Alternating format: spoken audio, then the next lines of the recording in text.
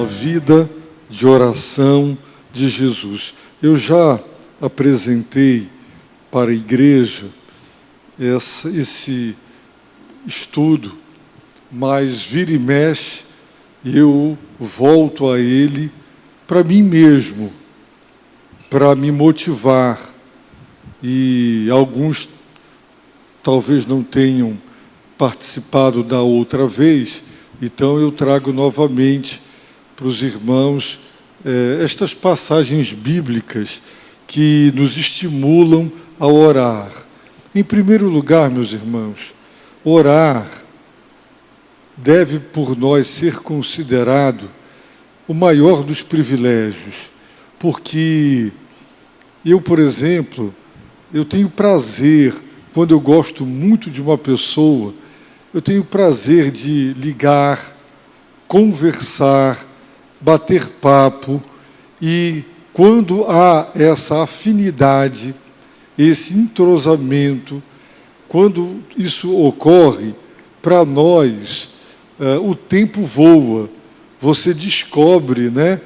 Passaram-se 40 minutos e 1h30 eu fui tomar café com uma pessoa, 2 horas se passaram e eu não tinha percebido, né? E nós conversamos tanto, e foi tão prazeroso, e o tempo, ele não foi percebido.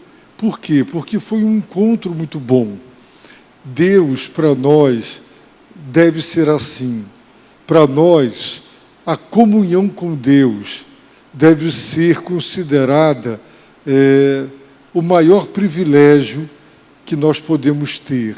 E quando nós amamos a Deus, quando o nosso coração é profundamente grato, quando nós nos damos conta, à luz da palavra, de quem Deus é, de tudo o que Ele fez por nós, então nós consideraremos um prazer, um privilégio estar com Deus.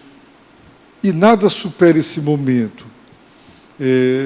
A partir de algum tempo para cá, depois que eu comecei a me exercitar de manhã, estava atrapalhando a minha vida de oração.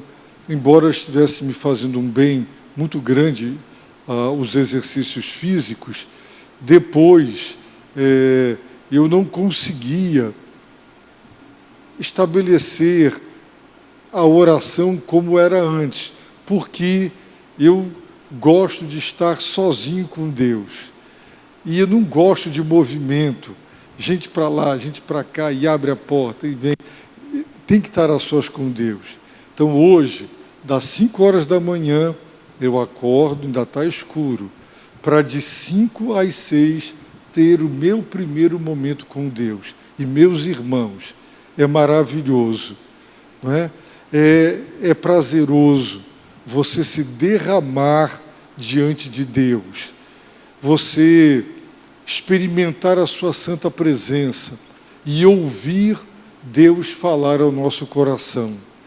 Isso não tem preço, não tem prazer nenhum nessa vida, não tem nada e não tem ninguém que se compare ao prazer de estar com Deus e de saber que naquele momento você está pleiteando, você está clamando, você está suplicando àquele que pode tudo e todas as coisas.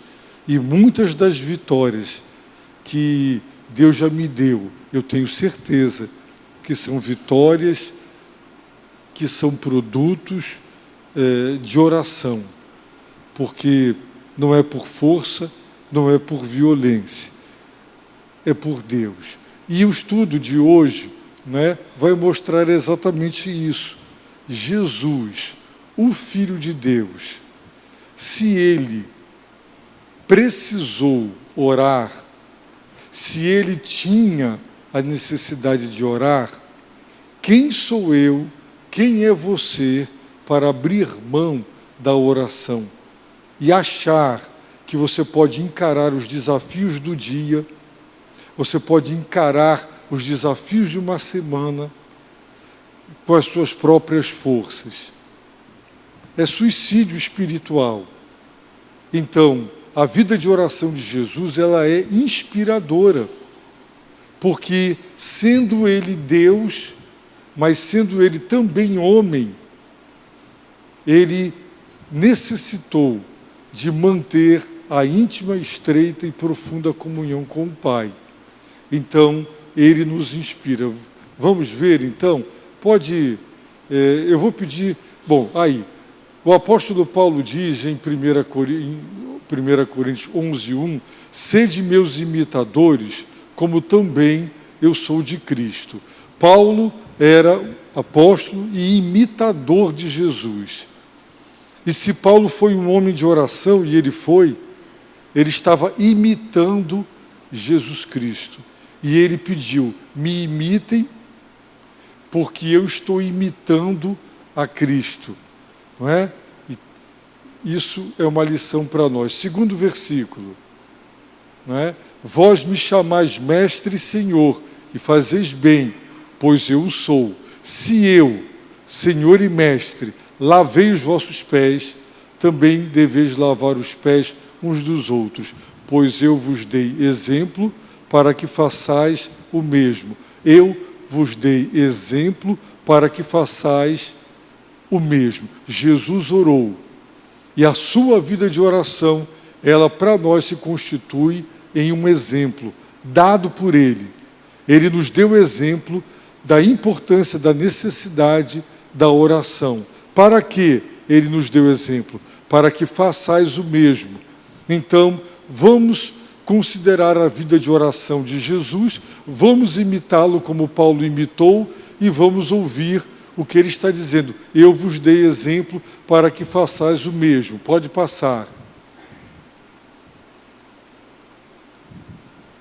Em Lucas, e aí nós vamos observar, dos 4 evangelhos, Mateus, Marcos, Lucas e João, quem mais registrou a vida de oração de Jesus foi Lucas.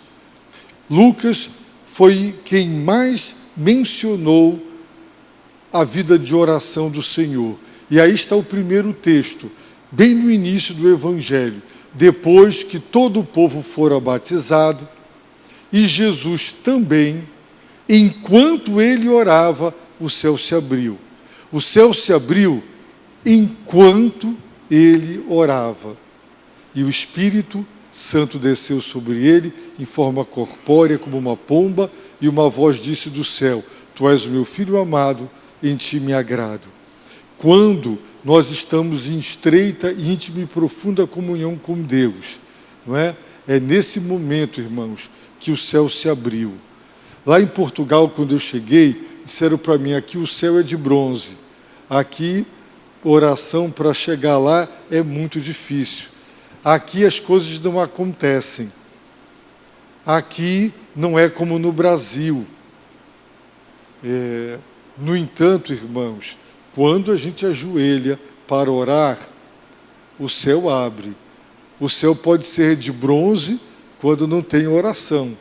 Mas quando tem oração, o céu se abre. Se você quer que o céu se abra, então é importante dobrar os joelhos. Quando nós chegamos em Viana, a igreja estava há 34 anos num porão, abaixo do nível da rua, com tanto mofo, que algumas pessoas quando chegavam entravam, porque não conseguiam ficar lá de tanto mofo que tinha. E começamos a orar para sair dali. E os irmãos diziam, pastor, nós não temos como sair daqui, nós não temos recursos. Irmãos, Deus providenciou um local, um ano depois, maravilhoso, à vista, assim, um lugar com toda a visibilidade, num local de grande movimento de pedestres e de carros, e de 300 euros de aluguel que a igreja pagava com sufoco, fomos para um aluguel de 700.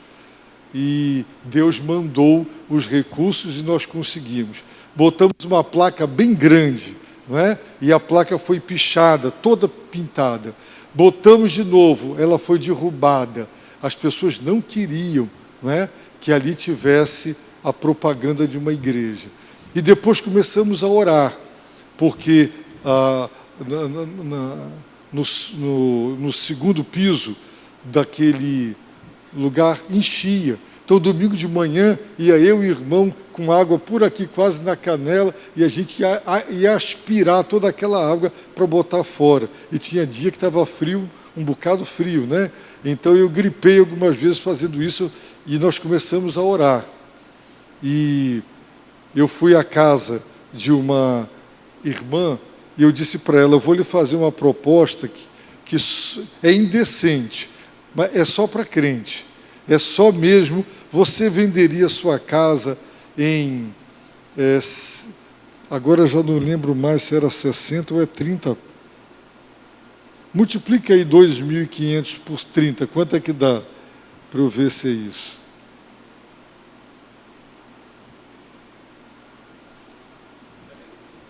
Não, então é por 60, vai dar 150. Em 60 vezes, 2.500 euros por mês, e a pessoa disse, eu vendo. E meus irmãos, eu fui chamado pelos pastores à cidade do Porto. O mais educado me chamou de louco, sem juízo. Como é que uma igreja como Viana ia pagar 2.500 euros por mês, se a igreja não arrecadava 1.000 euros por mês de dízimo? Meus irmãos, em 8 meses, nós conseguimos 130.000 euros e os outros 30.000 a Convenção Batista Portuguesa assumiu e pagou parcelado para aquela família. O céu abre quando a gente ora. Irmãos, uma brasileira escreveu num pedaço de guardanapo, né, e botou pendurado assim, ela grudou com band-aid que ela tirou do machucado dela, botou lá com band-aid. Aí eu fui encontrá-la lá na casa dela, longe, uma quinta muito bonita, mas bem longe. E ela estava lá, capinando. E eu cheguei com Dalimar. E ela estava dizendo, quando Deus quer, Deus faz. Quando Deus quer, Deus faz. Aí nós chegamos. E quando Deus quer, Deus faz. Ela pedia a Deus para ser visitada, para ter apoio espiritual. E lá foi o lugar onde eu batizei a Lígia. E um bocado de gente foi batizado lá naquela quinta. Quando Deus quer, Deus faz. Mas nós temos que orar. Quando nós oramos, o céu abre. O céu abre. Acredite nisso. Querem ver o segundo texto? Lucas 4. Ao romper do dia, que horas o dia? 5 horas está escuro em Manaus. O dia 5h30 que começa a clarear, não é mais ou menos isso? Então, ao romper do dia, lá talvez fosse 4h30, 5h30, Jesus foi a um lugar deserto. Para quê? Para ter privacidade. Ninguém consegue ter vida de oração com filho, com mulher, com marido, entra, sai, não dá. Você tem que se isolar. Jesus mandou, entra no teu quarto, tranca a porta, ora em teu pai que está em secreto, e o pai que vem em secreto te recompensará. Para ter oração, para você ter comunhão, para você se derramar, encontrar Deus e Deus te visitar, você precisa estar a sós. Muita privacidade, isso é fundamental. E Jesus foi para um lugar deserto por isso. E as multidões, olha, ao romper do dia, ele era assediado do primeiro momento do dia ao último. E para ele poder ter vida de oração, ele tinha que fazer isso. Foi para um lugar deserto. E as multidões foram atrás dele e, encontrando-o, queriam impedir que se afastasse delas. Agora, observe o mesmo texto no Evangelho de Marcos, que se refere ao mesmo momento. Pode passar? De madrugada. É assim que lá é romper do dia, é o relato de Lucas. Mas no relato de Marcos, de madrugada, ainda bem escuro, Jesus levantou-se, saiu e foi a um lugar deserto. E ali começou a orar. Lucas não diz com que propósito, apenas diz que ele foi para um lugar deserto. Mas Marcos deixou claro para nós que a razão porque ele acordou tão cedo e ele foi para um lugar deserto foi e começou a orar. Então Simão e seus companheiros saíram para procurá-lo E quando o encontraram, porque deu um pouco de trabalho, Jesus não estava num lugar muito fácil de encontrar, ele procurou mesmo se isolar, ele procurou privacidade. Ele disse, todos te procuram. Então Jesus acordava de madrugada. Se você me disser, pastor, eu não tenho tempo para orar, levante 1 hora mais cedo, para você poder orar. Você vai ser recompensado com um momento fabuloso. Martinho Lutero, eu tenho dito isso, ele dizia, ocupado demais para deixar de orar. Nós dizemos, ocupado demais para ter tempo de orar. Aquele era um homem de Deus, e ele sabia que ele não podia enfrentar o dia com tantas tarefas e atividades com sua própria força. E é isso que nós temos que entender. Não podemos encarar os desafios do dia sem antes ter nos abastecido. Você precisa primeiro ir no posto de gasolina e abastecer o carro para você rodar com o carro, senão não vai. Se você não se abastecer, você vai reagir de modo errado, vai aceitar provocações, você vai para a carne, vai acontecer de tudo e você às vezes vai agir como uma pessoa ímpia, porque primeiro você não se encontrou com Deus. Então, irmãos, aprendam a acordar cedo para orar. Vejamos um outro texto de Lucas. Em Lucas 5, está escrito que a sua fama, a de Jesus, se espalhava cada vez mais, e grandes multidões se ajuntavam para ouvi-lo e serem curadas de suas doenças. Mas ele fazia o quê? Se retirava para onde?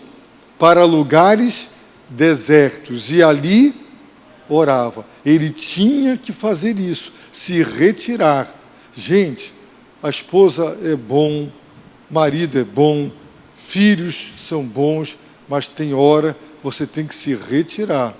Você tem que trancar a porta do quarto e você tem que ameaçar. Quem bater aqui, não é? Vai ficar ruim o negócio. Você tem que se impor e dizer, não incomode, não bata, eu não aceito, eu estou proibindo. Se você não fizer isso, é o tempo todo batendo na porta da gente. E aí eu não consigo. Se eu não tiver 100% de silêncio e privacidade, eu não consigo me derramar diante de Deus. Então, eu vou para a sala cedinho, está todo mundo dormindo, ninguém me incomoda, né? Então, está lá.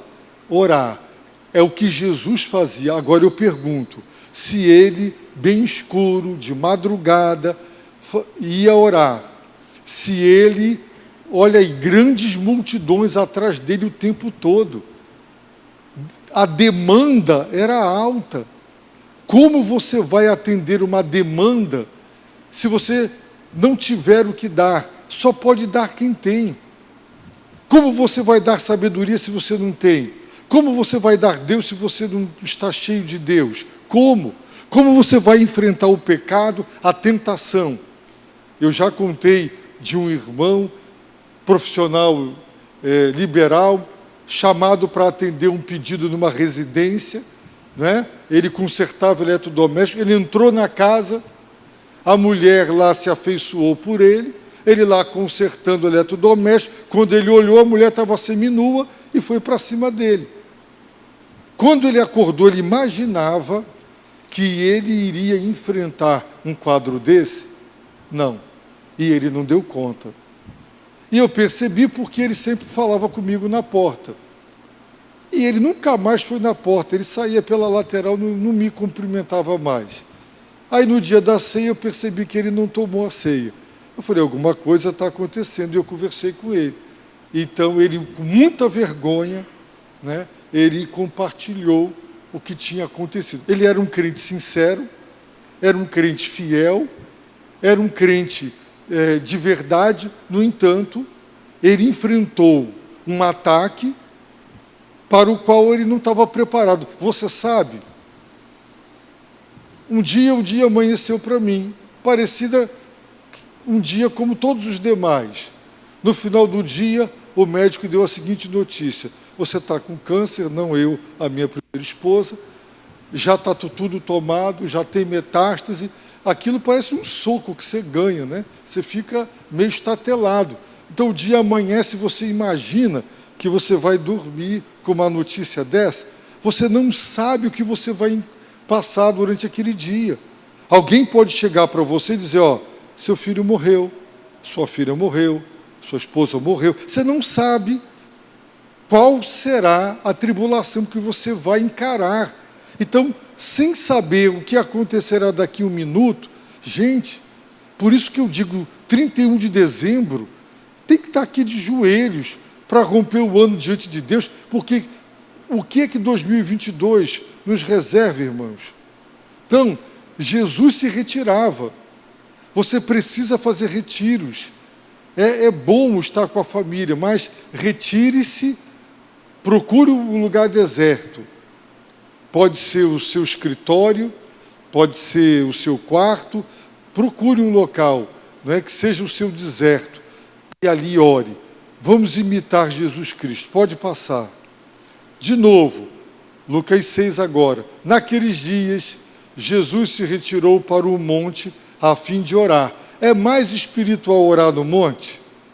É mais espiritual orar no deserto? Não. Por que ele fazia isso? Privacidade, silêncio, ninguém incomodando, atrapalhando, pedindo coisa, falando, né? Não, era necessário. E ele passou a noite toda orando. Você é aquele crente que 5 minutos você já disse tudo para Deus? Né? Quando você está com alguém que você não tem intimidade, você entra no elevador, conversa de elevador de prédio, está quente, né? Está chovendo muito, né? Essas conversas assim sem graça, que é só para quebrar o gelo, né? Pronto, não tem intimidade.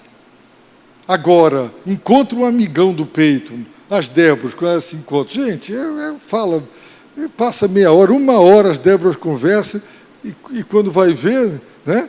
O tempo passou.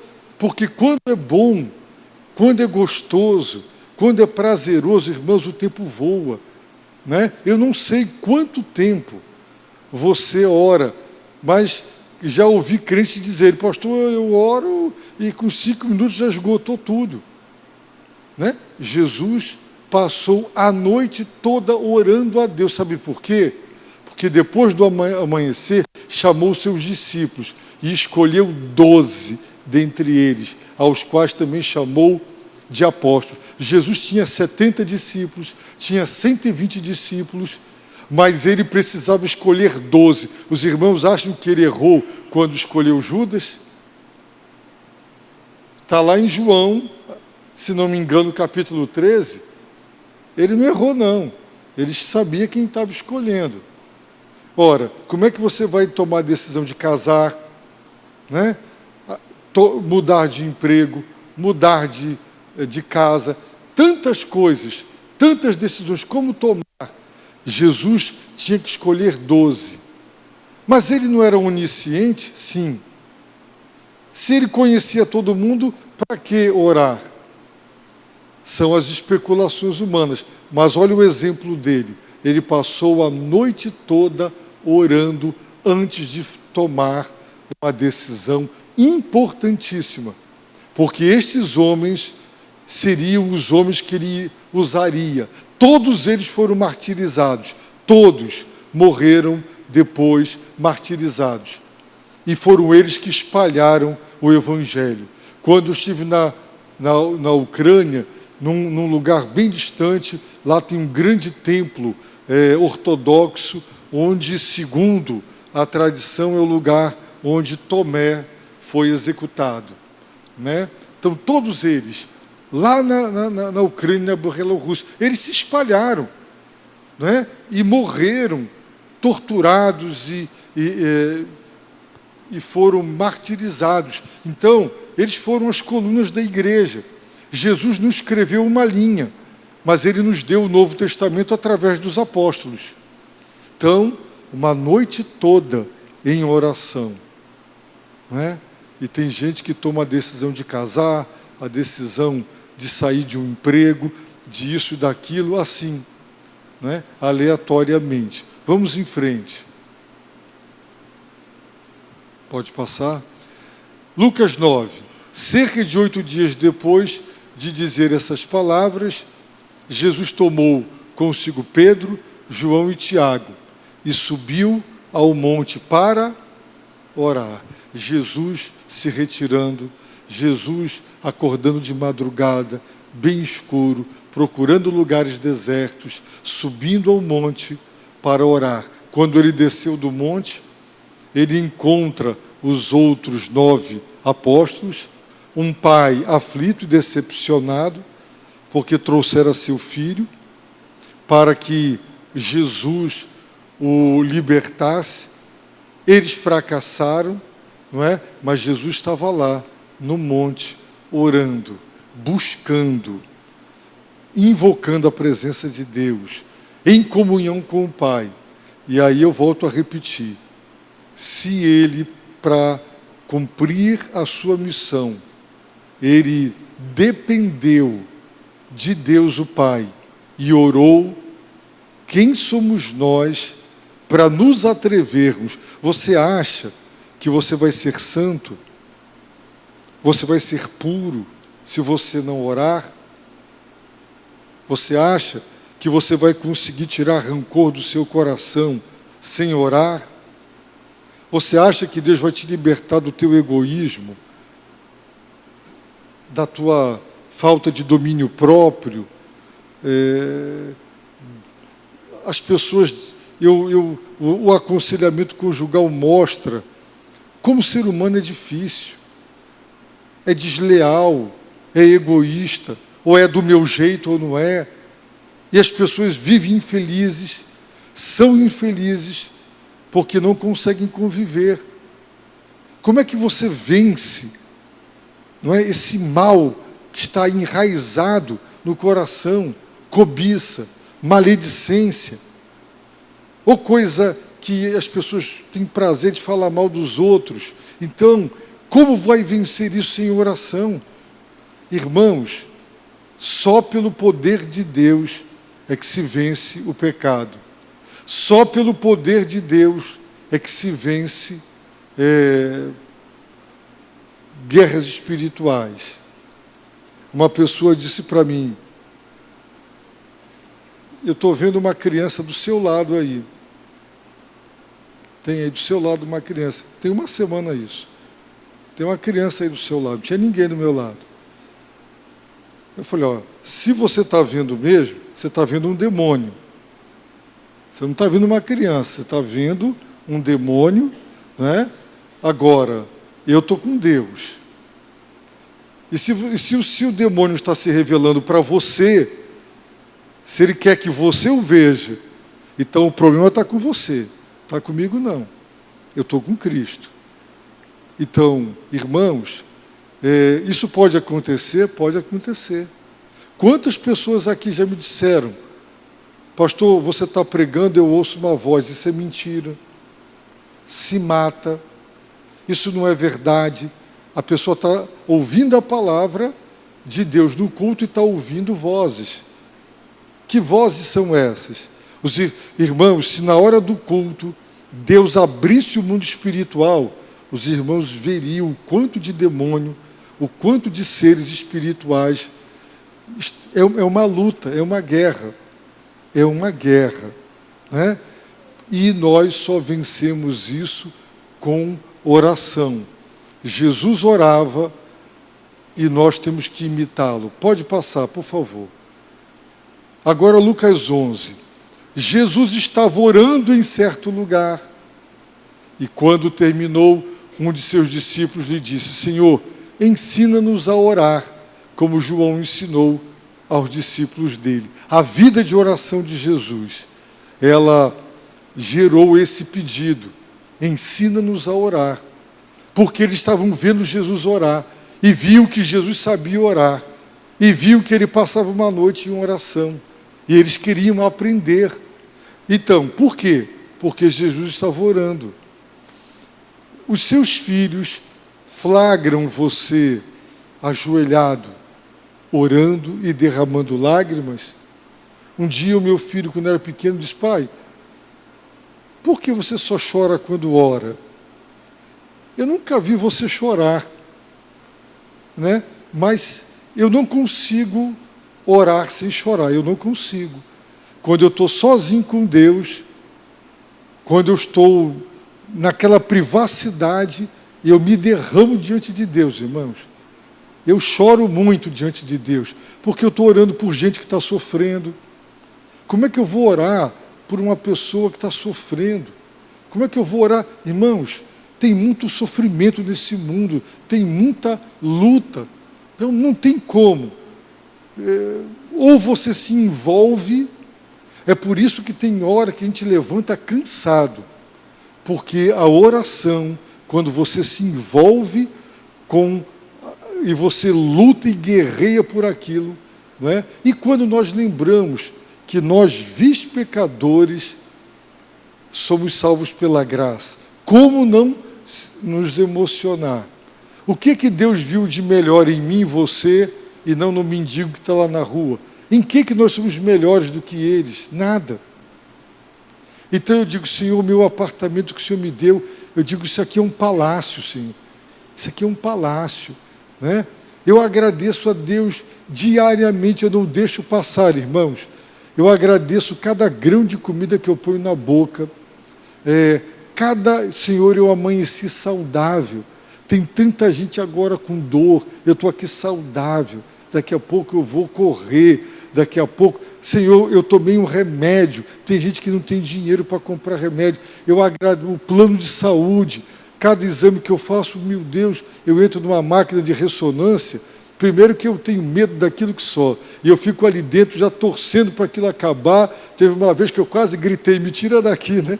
Aí eu começo a orar, a louvar, e eu digo, Senhor, muito obrigado, porque muita gente não entra numa máquina dessa, né? E eu estou aqui dentro dessa máquina, fazendo esse exame. Eu agradeço, irmãos, eu não estou falando isso para me mostrar, eu estou falando o que eu faço. Cada situação da minha vida, Pai, obrigado, eu tenho meus pais idosos e vivos, né? Que bênção, eu tenho minha mãe com 93 anos, meu pai, o meu irmão, que é uma pessoa, os irmãos, pensem numa pessoa crente. Então pense numa pessoa que é crente ao quadrado, é meu irmão. Meu irmão é crente até debaixo d'água.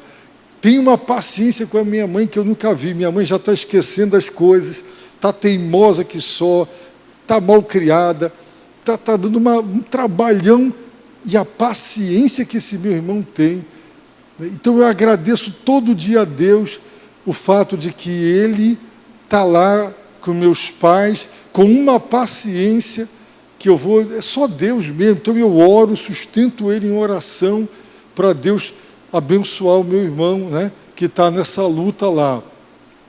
Agradecer por tudo, irmãos, por tudo. Deus me deu um filho maravilhoso. Nunca peguei meu filho com mentira, com engano.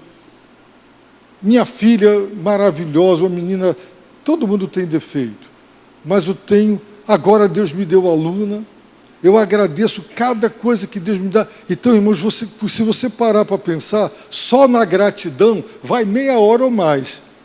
Só no agradecer, é dali para frente.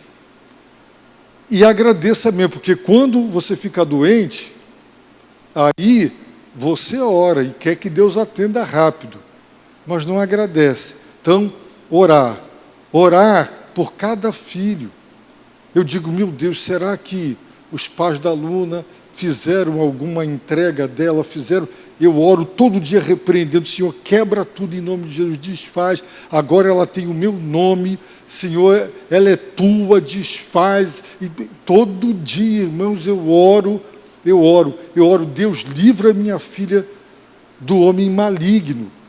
Livra minha filha. Eu não quero ver minha filha sofrer na mão de um homem, eu quero, põe no caminho dela, no tempo certo, um homem de Deus, segundo o teu coração, que vai amá-la, vai respeitá-la. Eu oro todo dia, irmãos, porque eu não quero ver minha filha sofrer. Você gostaria de ver sua filha sofrendo? Apanhando, sendo maltratada, um homem brusco, estúpido, tratando você? Eu não trato minha filha assim. E aí me doeu muito, né, ver alguém tratar minha filha assim. Oração, irmãos. tem que orar. Eu oro pela Dalimar, oro demais, eu falei, Senhor, ela é bonita, é muita areia para o meu caminhão. Então, afasta os olhos cobiçosos dela, né? Livra minha esposa, livra minha esposa. Eu peço a Deus para me livrar. Um professor na academia veio conversar comigo, aquela moça ali disse que você é arrogante. Disse, sabe por quê? Porque eu não dei conversa para ela. Aí eu sou arrogante. Agora, irmãos, você está numa academia se exercitando, uma moça com um corpo bonito, com aquelas roupas, os irmãos sabem como é a roupa dele. Eu vou dar conversa. Irmãos, se você brinca com fogo, você se queima. O fogo fica longe. Não deixa aproximar, porque depois que aproxima, é ruim. Então, irmãos, o mal se corta pela raiz.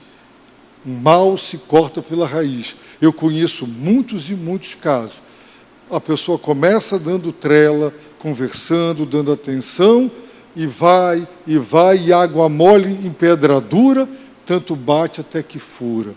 Eu sou pecador, eu sou homem, e eu sei que o coração do homem tem cobiça, e eu tenho que lutar contra a cobiça, para eu ser um homem puro aos olhos de Deus.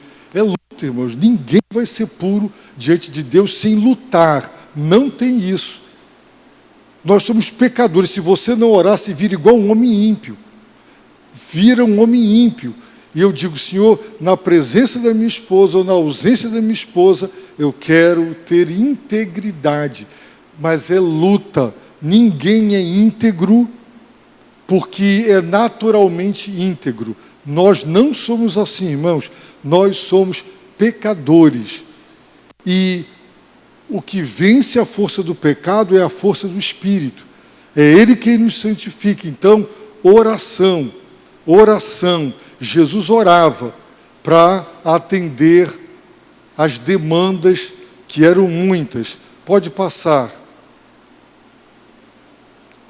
Jesus também lhes contou uma parábola sobre o dever de orar sempre e nunca desanimar.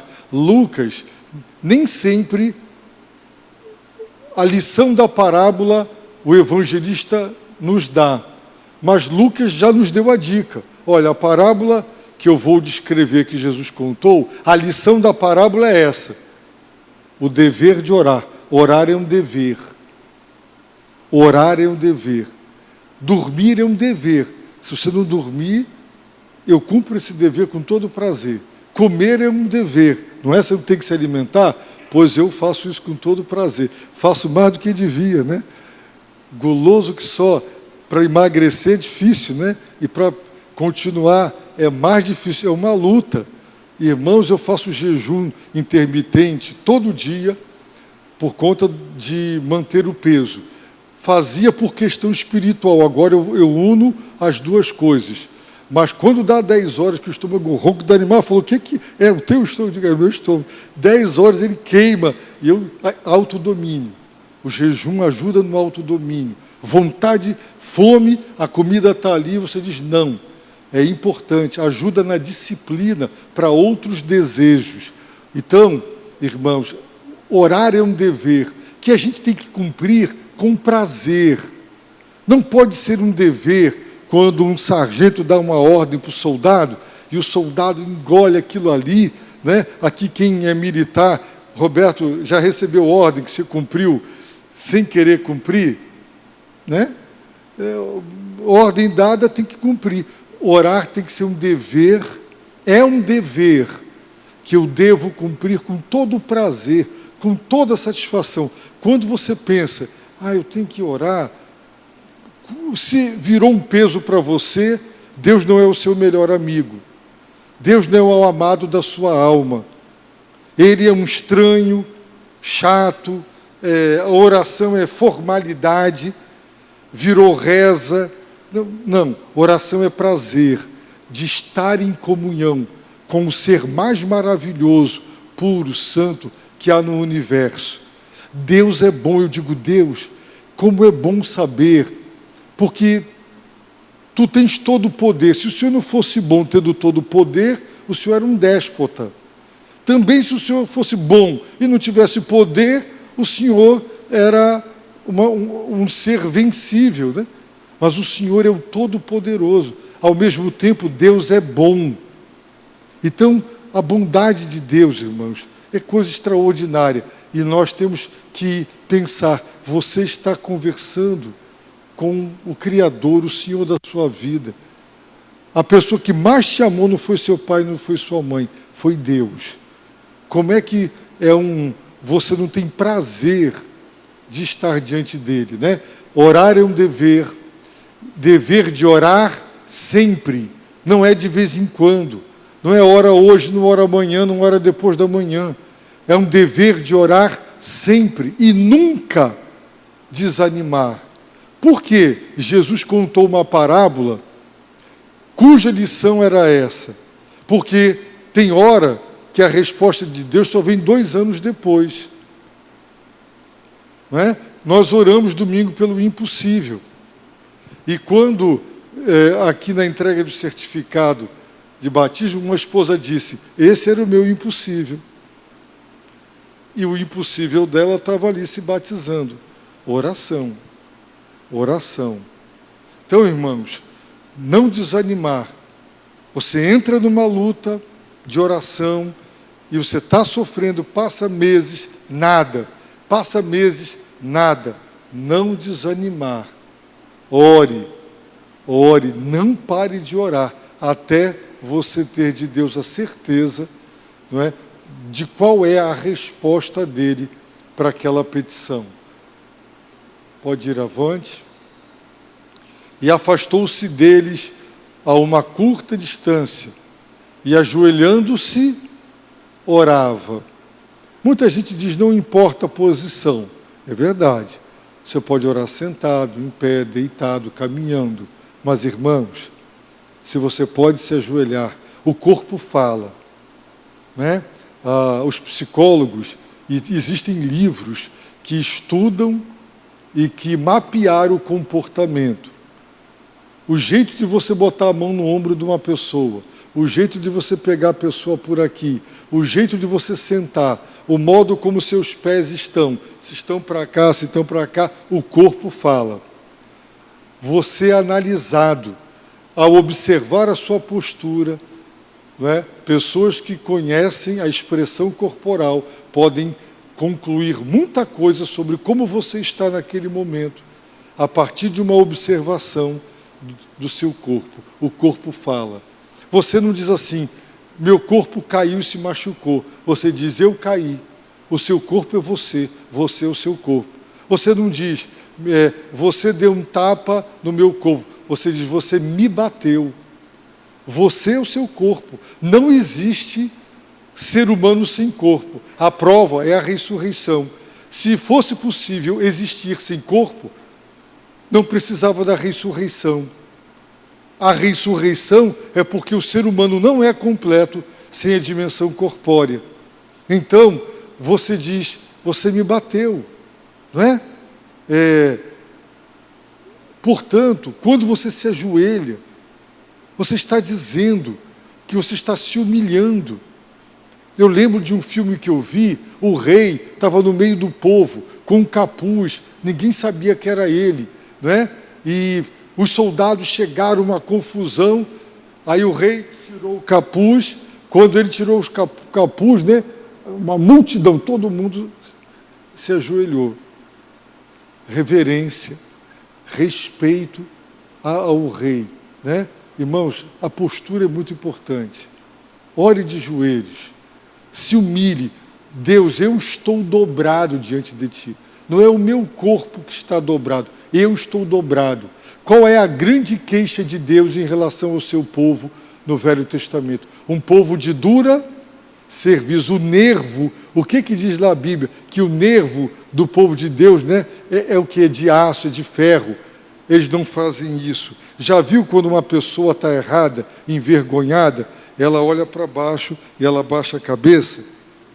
Mas a pessoa soberba, presunçosa, ela cabeça erguida, nariz empinado, e os grupos de coaching, não sei o que, erga a cabeça. Ok, para certas coisas é bom, mas abaixar os olhos e a cabeça é um sinal de reverência, de eu estou errado, de humilhação. Quanto mais se dobrar, então se ajoelhe, né? Se ajoelhe, ore de joelhos. Você vai ver, você vai ter experiências fantásticas com Deus ajoelhado, porque você está dizendo, eu estou humilhado, quebrantado, dobrado, curvado, eu sou um servo, Ele é Deus, Ele é o Senhor, né? A nossa postura. E aí diz o texto, que cheio de angústia, orava mais intensamente. Quanto mais angustiado você estiver, você precisa intensificar a oração. Então, cheio de angústia. A palavra cheio na Bíblia é metafórico. Quando você diz, fulano estava cheio de amor para dar. Ele estava cheio de raiva, dominado, cheio do Espírito, controlado. É linguagem figurada para dizer, Jesus estava dominado pela angústia. E ele orava mais intensamente. E a angústia foi tal que o seu suor tornou-se como gotas de sangue que caíam no chão. Então só se vence depressão. Irmãos, eu já tive ataques de depressão. A depressão não se instalou e não ficou. Veio com tudo. E já várias vezes. Vem com tudo, mas quanto mais angústia, mais oração. Para ela não se instalar. Porque quando ela se instala na nossa vida, é horrível, né? É horrível, a depressão é um negócio muito ruim. Então nós orar muito para ela não se instalar na nossa vida. É luta, irmãos. Ninguém, quem se deprimiu é fraco. Todo mundo aqui é fraco, né? Quem não entrou em depressão é porque orou muito. E houve um poder se manifestando para não deixar aquilo se instalar na tua vida. Então é jejum, é oração. Quando eu cheguei em Portugal, irmãos, a minha vida aqui era muito dinâmica, muito trabalho. 2 programas de TV, todo dia no rádio, aconselhamento, visita, administrar. Fui parar numa cidade com 38 mil habitantes, uma igreja com 8 pessoas. Eu desestabilizei. Eu queria ir para a rua evangelizar, não podia. Né? Você não pode abordar pessoas na rua em Portugal e dar um folheto e evangelizar. Você não pode, se você for denunciado, né, você é repreendido. Não pode ir no hospital. O padre me chamou. Você vai entrar? Aonde você vai? Se você abordar um doente numa cama e se ele denunciar você, você nunca mais entra no hospital e tem processo contra você. Você vai no leito que você está dizendo que você vai. Ele me advertiu. E eu não vou te ajudar. Então você não pode. Se você for numa cama, né? Quando eu fui na enfermaria, a do lado me chamou, né? Eu fui pela fé, né? Porque ela me chamou. Mas se ela mentisse e dissesse, eu não chamei, foi ele que veio, mas me pediu para orar, eu não ia negar. Mas ela pediu, eu ia alegar, ela pediu. Mas ela teria que dizer a verdade, né? Senão, então, irmãos, é luta. E aí, eu fiquei de um jeito, quando deu 3 meses, eu disse, Dalimar, chega, eu não vou aguentar Portugal. Eu não vou aguentar isso aqui, não. Não. Eu escrevi um e-mail para a junta, eu escrevi um e-mail aqui para a igreja, preparei tudo para enviar, para dizer, eu vou voltar, me perdoem, eu estou decepcionando todo mundo e tudo, mas eu não dou conta. Oração, irmãos. Foi a oração que me livrou de fazer isso. E fiquei lá. E foi uma luta, irmãos. Né? O pessoal dizia lá em Lisboa, Viana do Castelo é cemitério de pastor. Todos os pastores vão para lá, ou caem em pecado, ou acontece isso. E a história da igreja era uma história de pecados de pastores. Muita coisa triste, muita coisa ruim. E disseram, lá é cemitério de pastor. guerra espiritual. A cidade que eu estava, irmãos, só perde para Fátima. Na cidade de Viana do Castelo tem a Senhora da Agonia, né? É o nome da santa. Em agosto, 1 milhão, 2 milhões de pessoas vão para Viana do Castelo. Você não anda na cidade, só perde para Fátima. Só perde para Fátima em termos de peregrinação e de concentração por motivo religioso, né? Céu de bronze foi o que me disseram. Aqui em Portugal o céu é de bronze. Oração, irmãos. Eu fiquei, né? Eu não fiquei, Deus é que me manteve lá. Deus é que me manteve lá. Então, irmãos, só se vence com oração. Não se atreva, você não vai vencer os seus pecados, você não vai vencer oposição, você não vai vencer tentação se você não orar.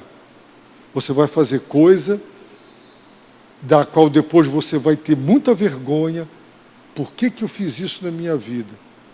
Muita vergonha, né? Você pode ferir muita gente. E podia não ter acontecido se tivesse orado. Então, é possível vencer, mas é luta, é muita luta. Tem mais algum texto? Não.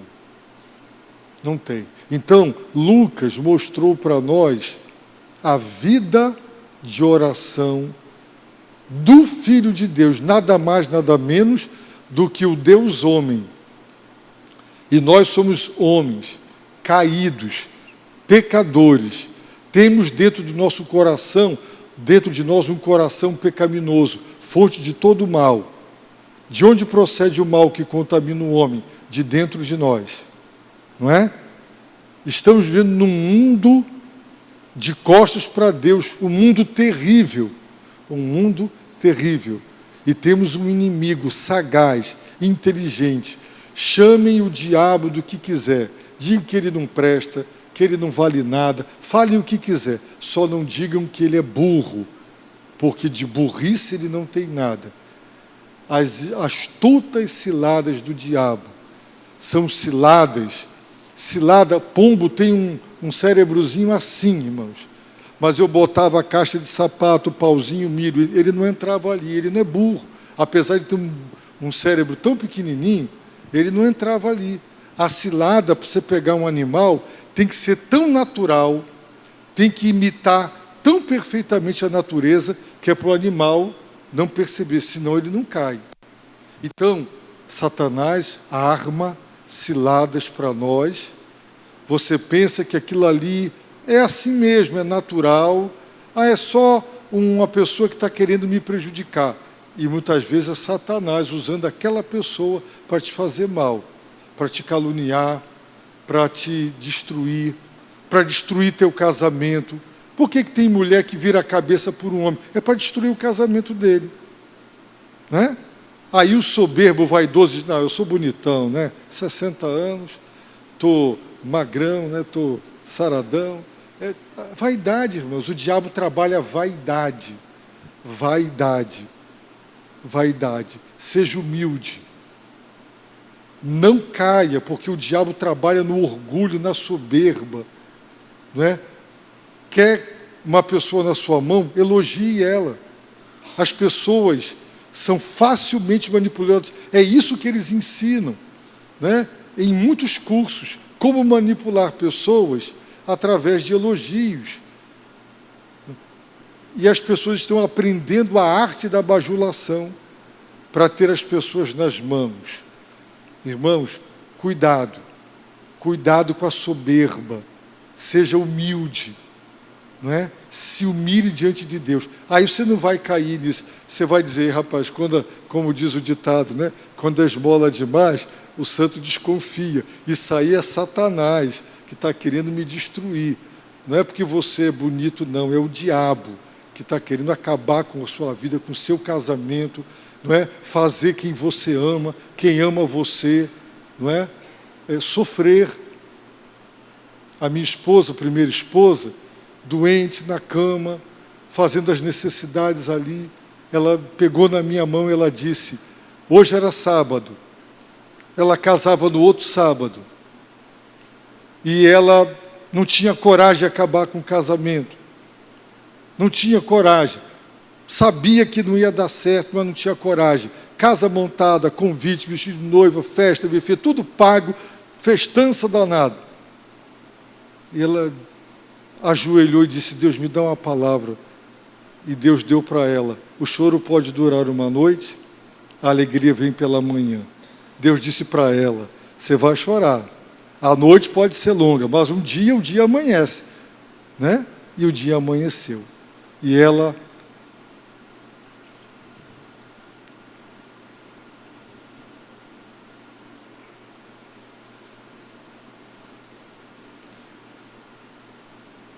naquele estado terminal, ela me disse, amanheceu, você foi o meu dia que amanheceu.